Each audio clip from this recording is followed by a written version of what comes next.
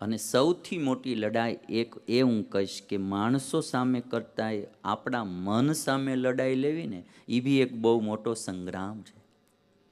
રચના બહુ સારી છે. આવો લડે સ્વયં કે કલુષો સે કલમશો સે ભોગો સે વાસના સે રોગો કે રાક્ષસો સે कुंदन वही बनेगा जो आग में तपेगा जो लड़ नहीं सकेगा आगे नहीं बढ़ेगा.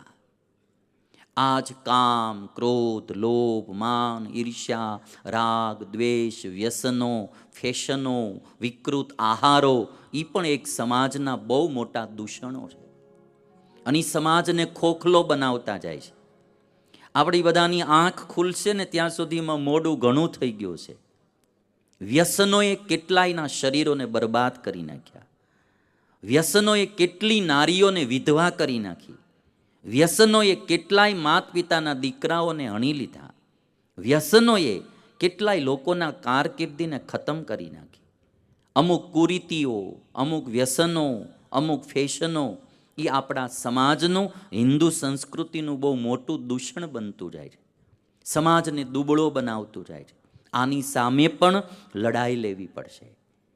આવો લડે સ્વયં કે કલુષો છે કલમશો છે ભોગો છે વાસના છે રોગો કે રાક્ષસો છે.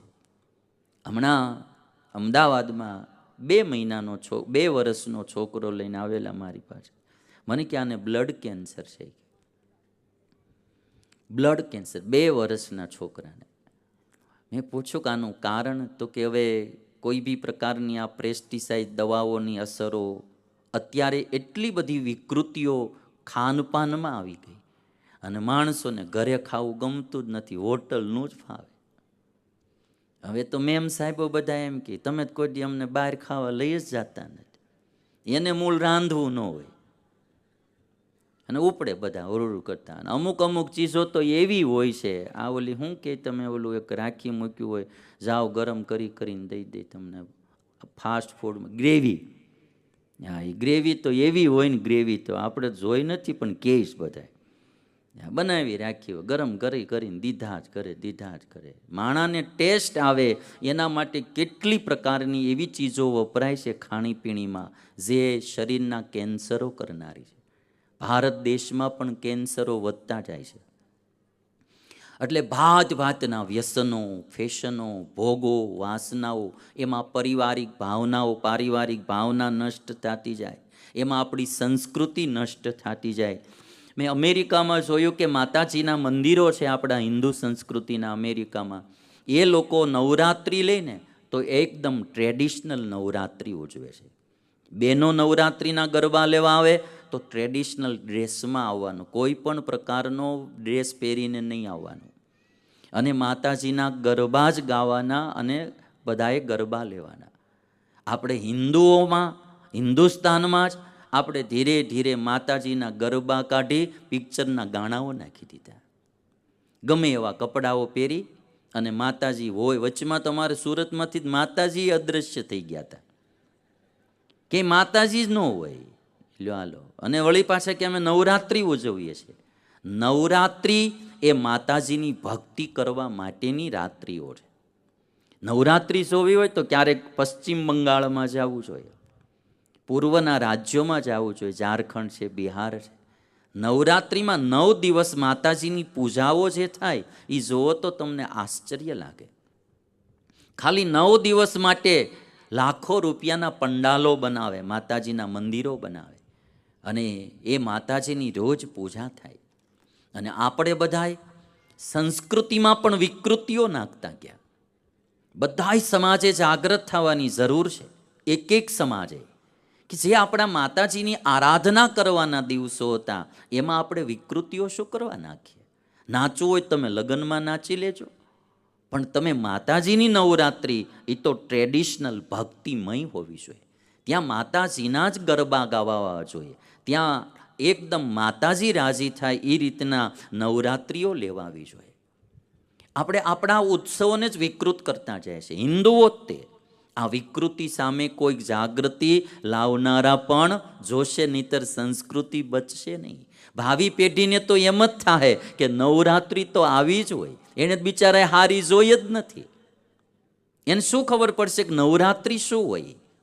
આપણે તો જેને અનુભવી છે એને ખબર હોય ને ભાઈ કે એ માતાજીની સ્થાપના થાય અને પુરુષ વિભાગમાં પુરુષો, બહેનો વિભાગમાં બહેનો, અને એ સરસ મજાના ગરબાઓ ગવાતા હોય, અને એ રિધમમાં માતાજીના ગરબા ગવાય, છેલ્લે માતાજીની આરતી થાય, માતાજીનો ધરાવેલો પ્રસાદ વેચાય અને બધા છૂટા પડતા.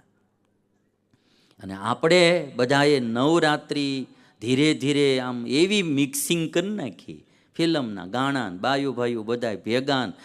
અને 9 દિવસ પછી તમે એમ જુઓ, દશેરા આવે, દશેરાએ રાવણનું માથું કાપવામાં આવે, પર નારીનું અપહરણ કરનાર રાવણનું માથું કાપવામાં આવે, લઈ લઈને ભાગી જાય. કેવી કેવી કરી નાખી આપણે. આ પંક્તિ મને એટલા માટે ગમી, ઘેરા સમાજ કોહે કુંઠા કુરીતિઓને. સમાજને આજે જેમ દુર્યોધન આદિ અત્યાચાર કરતા, તેમાં કુરીતિઓ, કુરિવાજો, એ પણ એક સમાજ ઉપર અત્યાચાર છે, સંસ્કૃતિ ઉપર અત્યાચાર છે. ઘેરા સમાજ કોહે કુંઠા કુરીતિઓને, વ્યસનોને રૂઢિયોને, નિર્મમ અનીતિઓને, ઇનકી ચુનૌતિઓ સે હે કौन जो भिड़ेगा, जो लड़ नहीं सकेगा, आगे नहीं बढ़ेगा. એક એક હિન્દુની આ ફરજ આવે કે આપણા માતાજી કે આપણા ભગવાન, આપણા દેવી દેવતા, આપણા કોઈ પણ ઉત્સવો છે, જે ધાર્મિક ઉત્સવો, એ ઉત્સવોમાં પવિત્રતા જળવાવી જોઈએ, એમાં ધાર્મિકતા જળવાવી જોઈએ, એમાં ઈશ્વર ભક્તિની ભાવના હોવી જોઈએ. એને વિકૃત ન કરો. જન્માષ્ટમી આવી નથી, માળા રમમાં બેઠા નથી. હાલો, જન્માષ્ટમીનો દિવસ એટલે જાણે કે જુગાર રમવાનો દિવસ, આવું કરી નાખ્યું. અને વળી પાછું કોઈ કાંઈ પણ કરે તો કે આજે આપણી હિન્દુ સંસ્કૃતિ ઉપર ખતરો. ખતરો તો આપણે જ છીએ.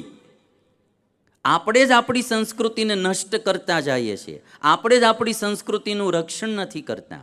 જન્માષ્ટમીએ તો માણસે સરસ મજાના ઘર શણગારી, ભગવાન શ્રી કૃષ્ણની મૂર્તિ રાખી, એનો પ્રાગટ્ય મહોત્સવ ઉજવવો, ભગવાનના કીર્તન ભક્તિ કરવા, આવું કરવું જોઈએ.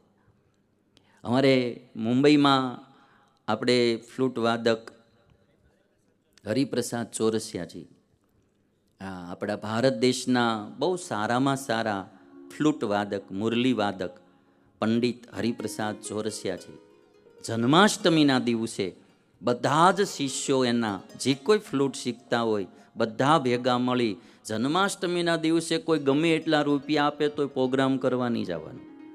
જન્માષ્ટમીના દિવસે ભગવાન શ્રી કૃષ્ણની આગળ એને રાજી કરવા ફ્લૂટ વાદન કરી અને લાલાને રાજી કરવાના. ભાઈ, મોટામાં મોટા આપણા દેશ દુનિયામાં ફેમસ કહેવાય, પણ એને પણ એટલી ભક્તિ ખરી કે ભાઈ ભગવાનનો જન્માષ્ટમીનો દિવસ તો પવિત્ર દિવસ, એ વખતે ભગવાન કૃષ્ણને રાજી કરાય.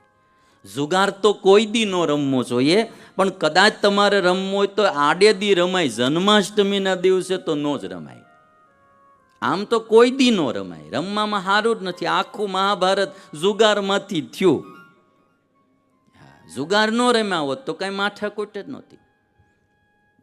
એટલે આપણા ઉત્સવો, ગણપતિનો ઉત્સવ આવે તોય તે છોકરાઓ બધા મોટા મોટા સ્ટીરિયા મૂકી અને એવા પિક્ચરના ગાણા વગાડ્યા કરે ગણપતિ દાદા.